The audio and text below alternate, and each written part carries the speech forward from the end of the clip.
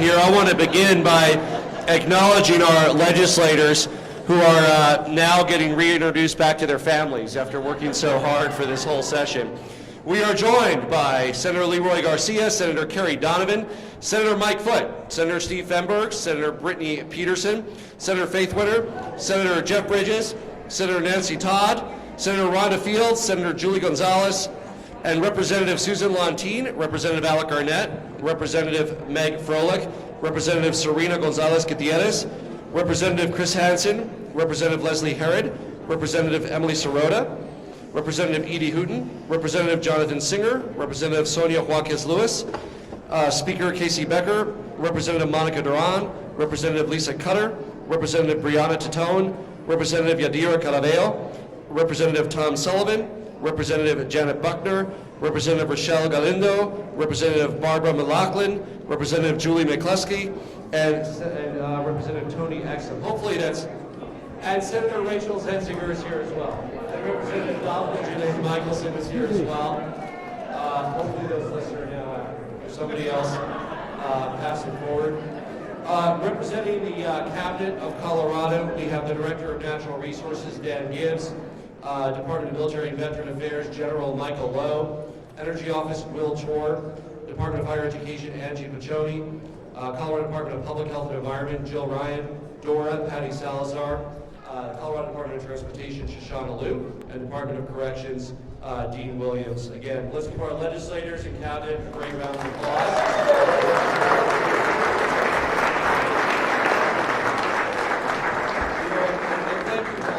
Legislators for their hard work. There were some record marathon sessions that went into the wee hours of the night, both in committees, hearing from people, making sure that people's voices were heard from across Colorado, as well as floor action going into the wee hours of the night to get the people's business done. I want to start out by talking about full-day kindergarten in Colorado, which will be available this morning.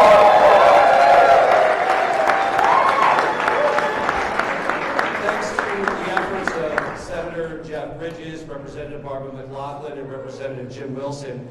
Kindergarten will be free full day across Colorado this fall. And Senator Robert Fields and many others. The benefits of full day kindergarten, let's start with the kids. It leads to improved academic achievement, earlier identification of special learning needs. It narrows the achievement gap. If we truly care about the achievement gap based on income and race and geography, early childhood education is the place to start. The data bears out that we have success with giving kids a strong start, higher graduation rates, they're more likely to be at grade level with reading and math, and it's important that every child gets a strong start. First grade teachers know the enormous difference between a kid for whom that's their first full day in school and a kid who's had quality full-day kindergarten and preschool. There's also immense benefits of full-day kindergarten to school districts. School districts that already had full-day kindergarten will be able to utilize those resources for other priorities, including the arts and smaller class size, better teacher compensation. It frees up 5,100 free preschool slots for at-risk youth in our state to make sure kids get a strong start. And of course, the benefits of full-day kindergarten for parents. I heard from a Douglas County mom the other day who asked me, will I get my $600 deposit back that I had to pay for kindergarten, in addition to the knowing that I won't have to pay the $400 a month? I said, check with your school, you should get it back. She checked with her school, she'll get her deposit back, and that will form the basis of a college savings account for her kindergarten.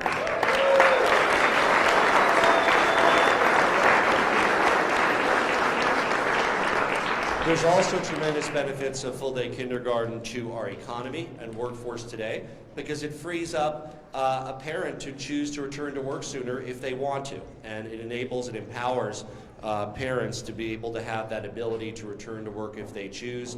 Of course, with the workforce shortage we have, that means that more people will be able to work either part-time or full-time if they choose to, having greater economic gains for their families. In addition to full-day kindergarten and the 5,100 preschool slots, we also froze tuition for our colleges and universities in the state of Colorado.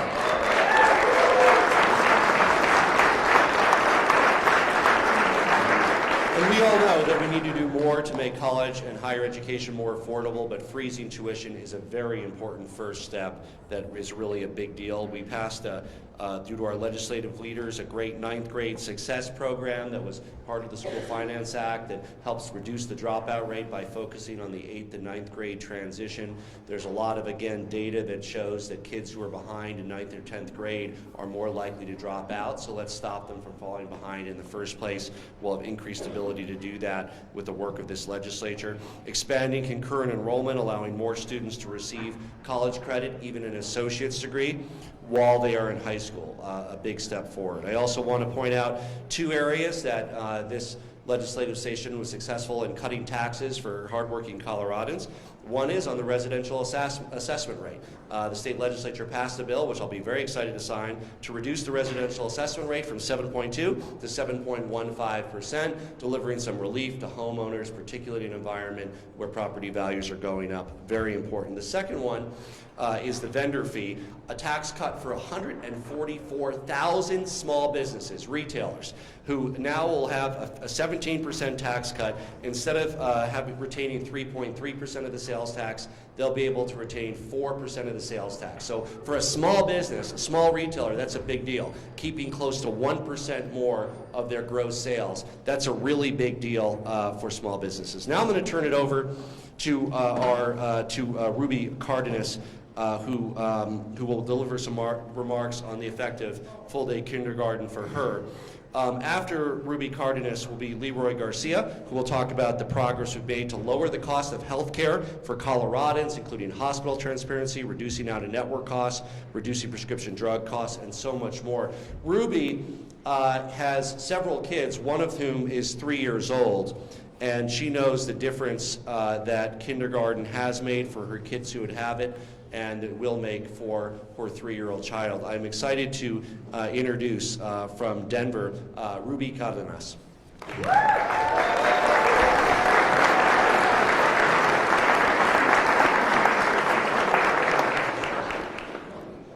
Thank you, Governor Polis.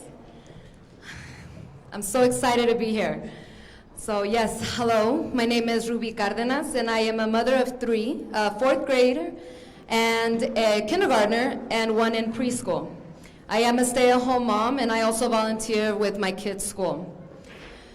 So earlier this year, I received a bill for my daughter's school to go full-day kindergarten. I thought, how did I not know this? I've been working at my kids' school for a while. I work with Stanford Children on education policy. I testified about early literacy and on the READ Act, and I just couldn't believe it. I panicked, because I didn't know we were going to be charged, and we had a few expensive family emergencies. My grandfather passed, my auntie had passed, and my brother Leo passed away from natural causes. And an unexpected emergency can cause a lot of pain. So we decided that we couldn't afford for her to continue and that we would just spend extra learning time with her at home. I didn't know about the timing would need to pull her out, honestly, so I just kept putting it off. I didn't go to the school. I had tunnel vision going home. I didn't want to deal with it. So finally, what I found out is that all I had to do was say some information about my income and where I lived, and that's pretty much it. As soon as I turned that in, everything was fine. And it turned out that we didn't owe any money. I wouldn't wish this upon anybody, the different types of emotions that you go through trying to even tell your 6-year-old you might just not go to school because mommy's gonna teach you, that would have really broken her heart. My son is in 4th grade and reading in 6th grade. He had full-day kindergarten. My daughter in full-day kindergarten now reads at a highest level in Spanish, and now my 3-year-old that is gonna go to kindergarten is gonna be able to get all these full benefits. I want to thank Governor Polis and everybody involved in passing of this bill. This bill will make it easier for people like me and in my community, and they will not have to make tough decisions on whether or not they send their children to kindergarten. In passing this legislation, I've learned that if we all put our heads together, parents, communities, lawmakers, we can solve the real problems in our communities. Thank you so much for your time, and everybody just love harder.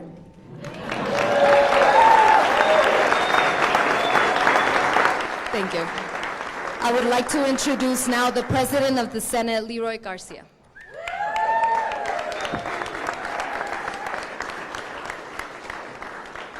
Well, good afternoon. Before I start, I want to also recognize several elected officials we have here. Westminster Mayor Pro Tem Anita Seitz. We also have Councilor John Volz from Westminster, the Councilor from North Glen, Jenny Wilford, and Adams County Commissioner Eva Henry. Please welcome.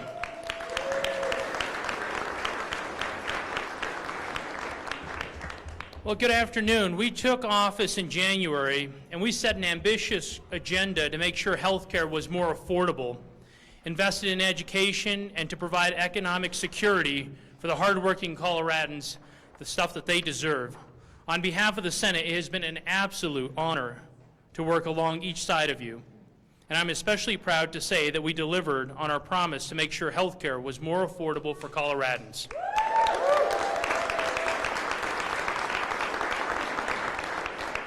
Our current system, unfortunately, fails to support those on the front lines of the healthcare crisis, charges people far too much for prescription drugs than any other nation, lacks the treatment people need to conquer substance use or mental health disorders, and forces too many to make tough choices when it comes to healthy cost care perspectives. But we have worked hard on each of these the last few months to change this system to lower healthcare costs.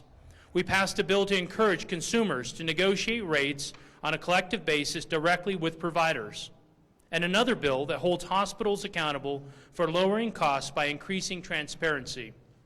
We fought to end the practice of surprise billing and made progress on developing a state-backed public option which will allow Coloradans to get the care that they need at an affordable price.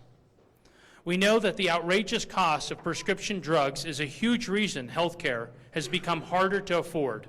So we created a plan to allow consumers to import prescription drugs from Canada and cap the total copay for insulin, a life-saving drug for people who suffer diabetes. We have passed many bills to address Colorado's opioid crisis and get all who are struggling the treatment that they deserve, including legislation to expand the medication-assisted treatment pilot project to some of the highest need counties in the state of Colorado. And we made it easier for kids to get the confidential therapy services and to access mental health resources in schools. Healthcare has continued to be a big issue, and we have more work to do this next legislative session, but we are incredibly proud of how much work we have done together to deliver real solutions that will make healthcare more affordable to Colorado families.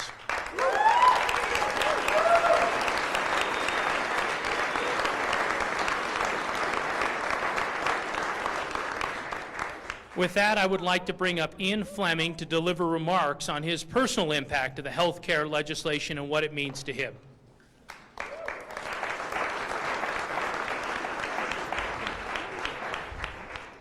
Hi, I'm Ian Fleming, and I'm a 17-year-old junior at Rock Canyon High School. I have been diagnosed with type 1 diabetes since December 11th, 2016, and since then I've become an American Diabetes Association Youth Ambassador and have helped to advocate for House Bill 1216. I've had the pleasure of working with other advocates and supporters across the state who have allowed me to have this incredible opportunity.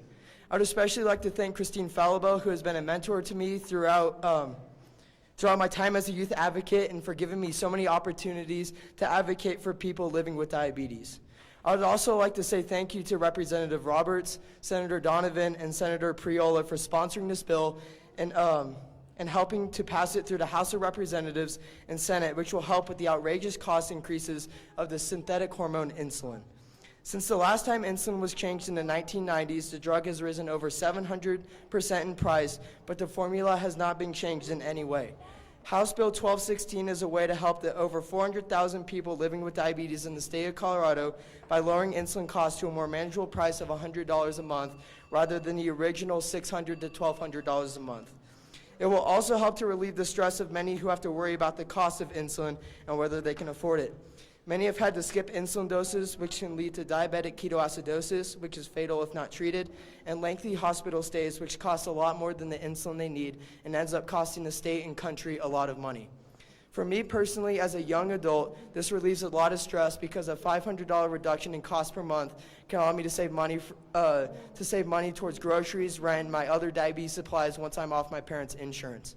House Bill 1216 is the first bill in the country to lower the cost of insulin and is a great stepping stone towards helping over 30 million people living with diabetes in the country to afford their insulin. Thank you for your time, and now I'd like to introduce the Speaker of the Colorado House of Representatives, Casey Becker.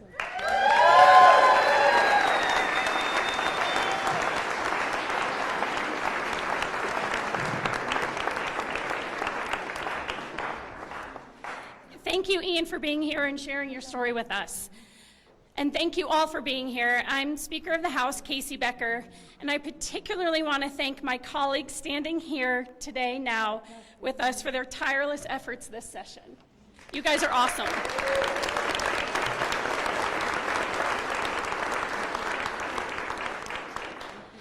As so many folks that stand here with me today know, we had many floor debates that went late into the evening and committee hearings that went early into the morning. We proved time and time again that we were willing to step up, govern responsibly, and do what it takes to make a meaningful difference in the lives of hardworking Coloradans. I'm proud to stand shoulder to shoulder with all of you today. House Democrats went into the 2019 session focused on building a fair economy that expands opportunity for all, investing in our future, and protecting the Colorado way of life. After years of gridlock, Democrats were able to turn many of our popular proposals into law. We passed a bipartisan budget that will help Coloradans in every corner of the state with record investments in education, healthcare, and more. We move forward on measures to build a fair economy that works for everyone. We finally passed legislation to help ensure equal pay for equal work.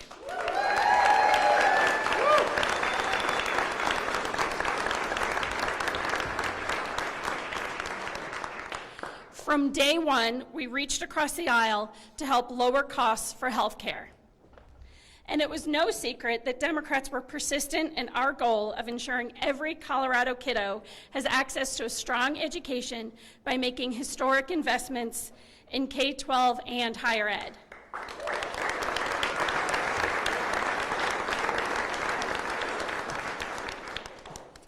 We took big steps to reform our criminal justice system by ending cash bail, because poverty is not a crime. And we pursued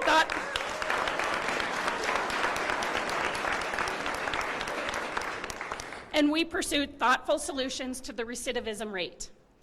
We renewed our commitment to democracy by passing bills to significantly increase access to the ballot and make our elections more secure.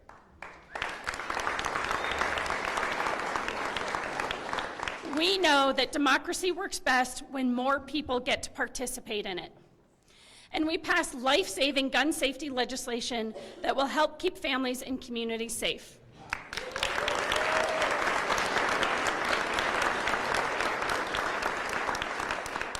And we finally banned the dangerous and discredited practice of conversion therapy and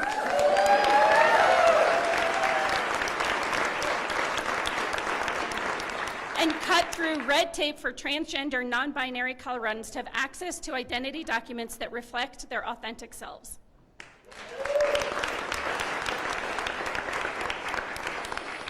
What I'm particularly proud of and excited about is the progress we made on combating climate change, preserving our beautiful environment, and protecting the Colorado way of life.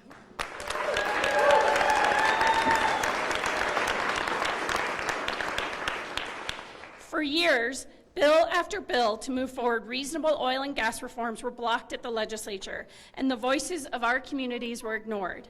This year, we stood up and refused to ignore the growing health and environmental impacts of oil and gas drilling near homes and schools. The new law we passed offers important changes around forced pooling, orphan wells, flow lines, local control, and air quality.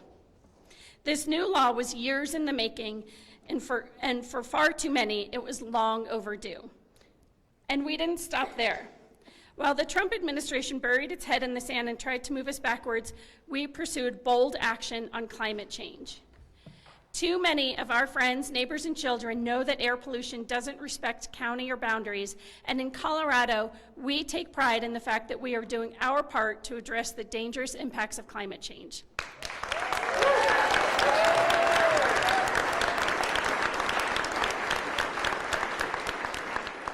Democrats passed significant legislation to curb emissions while also supporting workers to ensure our communities are not left behind as our economy changes.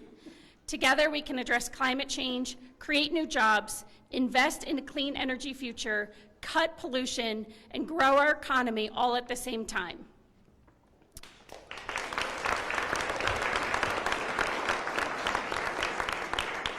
Coloradans can be proud of the work that we accomplished this session.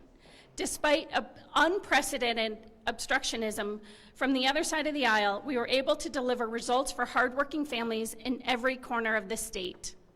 And Democrats will continue working to expand opportunity, invest in Colorado's future, and enhance our quality of life. Thank you all for your support. Let's continue to build on our shared success. Thank you.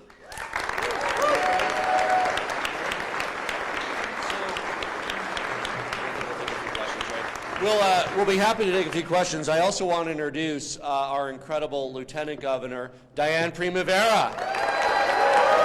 Diane is now, thanks to the legislature, not only the Lieutenant Governor, but also the head of the Office of Saving People Money on Health Care.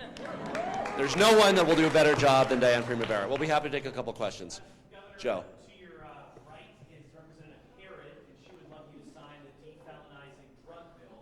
Will you commit to signing the bill for her right now?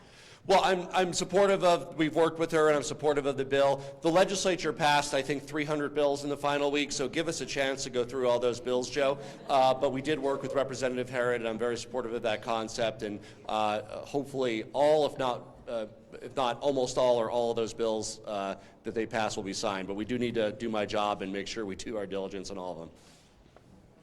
Governor, can you talk about healthcare cost savings bills? A lot of that just really started to eat into the costs of hospitals, prescription drugs, etc. When will people actually see results of their bills? They do a lot more than digging in. So first of all, I don't want to underestimate the importance of the transparency measures. Those are very important systemically about having a market that works in healthcare rather than a dysfunctional market with disincentives. That being said, there's steps that will take place right away. For instance, I want to celebrate Julie McCluskey, Carrie Donovan, Bob Rankin's historic effort to pass reinsurance. That will be in the very next pricing period.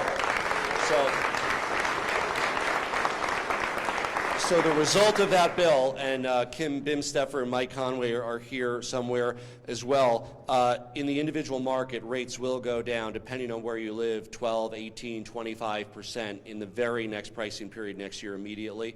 The Insulin Bill, which we highlighted today with Ian's personal testimony, he also testified in front of committee about the importance of this bill. We also will plan to seek a waiver on the prescription drug importation, which, if granted, along with other states like Florida that are requesting a similar waiver, will generate immediate savings for Colorado consumers. Governor, this feels very political today. You have a lot of supporters here. They weren't as supportive on the Eastern Plains last week. Are you going to take this message to the Western Slope, the Eastern Plains, meet with all comers?